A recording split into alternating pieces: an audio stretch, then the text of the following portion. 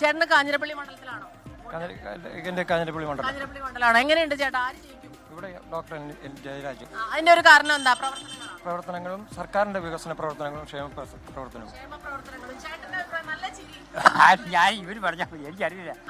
അങ്ങനെ തന്നെ ഒന്നും പറയാനൊക്കത്തില്ല. നല്ല മത്സരമുണ്ട്. എന്നാ വേറെ ചേട്ടന്മാരുണ്ട്. ചേട്ടാ എന്താ പേര്? ആര് ജയിക്കും ഇവിടെ? വികസനം ചെയ്യുന്ന ആരെങ്കിലും ജയിക്കണം. അല്ല, അപ്പൊ ഇപ്പൊ 3 തവണയായിട്ട് ഒരാളുണ്ടല്ലോ. റോഡ് ഇല്ല. അപ്പൊ മാറണം എന്നാണ് പറയുന്നത്. മാറണം. ചേട്ടന്റെ കാരണവത്തിയോട് ചോദിക്കാം.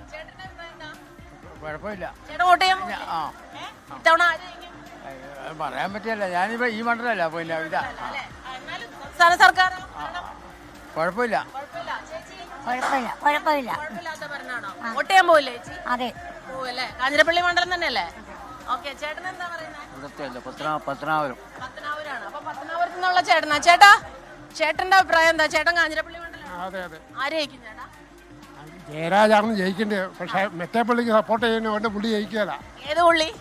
വലിയ പുള്ളിക്ക് ജയിക്കുകയല്ല. ചേട്ടൻ പറയുന്ന മണ്ഡലത്തിലെ MLA-യുടെ പ്രവർത്തനം വലിയ കുഴപ്പമില്ല.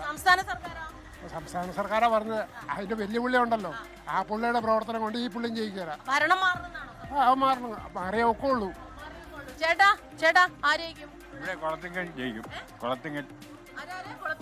അപ്പൊ ചേട്ടൻ ഏതാ? എവിടെയാ മണ്ഡലം? കാഞ്ഞിരപ്പള്ളി മണ്ഡലം. കാഞ്ഞിരപ്പള്ളിയില് ഡോക്ടർ N ജയരാജ് ഇവിടുത്തെ അദ്ദേഹം നിൽക്കണേ.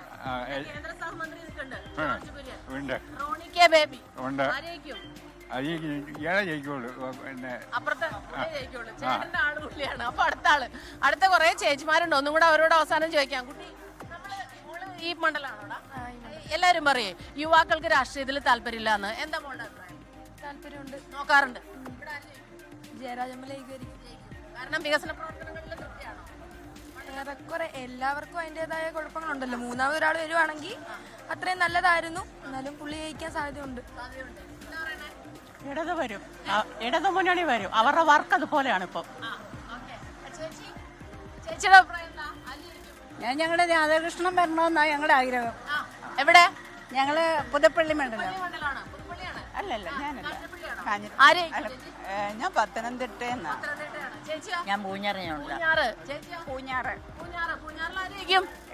സെബാസ്റ്റ്യൻ കുളത്തിങ്കൽ. ഇടതും മരുന്നും കള്ളന്മാര് പോയിട്ട് 3-ാം മുന്നണി വരണമെങ്കിലും കേരളം വരണം. ചേച്ചിയോട് ചോദിച്ചു. ചേച്ചി, ഈ മണ്ഡലമാണോ? കാഞ്ഞിരപ്പള്ളി അല്ല, പൂഞ്ഞാറാണ്. കാഞ്ഞിരപ്പള്ളി കാര്യം പറയാം. കാഞ്ഞിരപ്പള്ളിയിൽ പിന്നെ UDF ജയിക്കും. സംസ്ഥാന സർക്കാർ UDF അധികാരത്തിൽ 100 സീറ്റിന് മേളിൽ പിടിക്കും. ചേച്ചിയോട് ഒരൊറ്റ ചോദ്യം.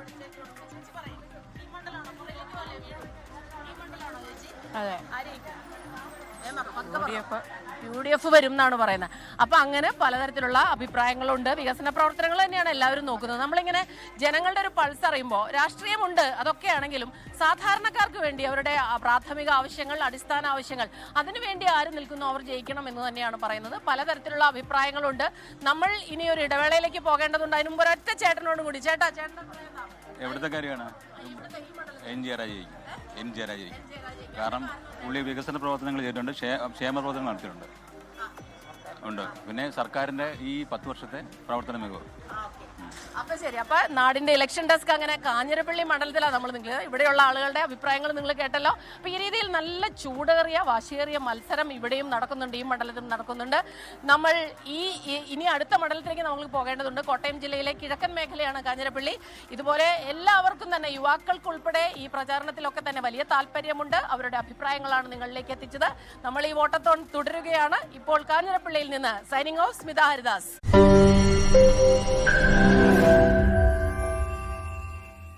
ലോകത്തെവിടെയായാലും ഏത് സമയത്തും 24 വാർത്തകളും ഓഗ്മെന്റഡ് റിയാലിറ്റി പാക്കേജുകളും എക്സ്പ്ലെയിനറുകളും വിശദമായി കാണാൻ ഞങ്ങളുടെ YouTube ചാനൽ നിങ്ങൾക്ക് സബ്സ്ക്രൈബ് ചെയ്യാം.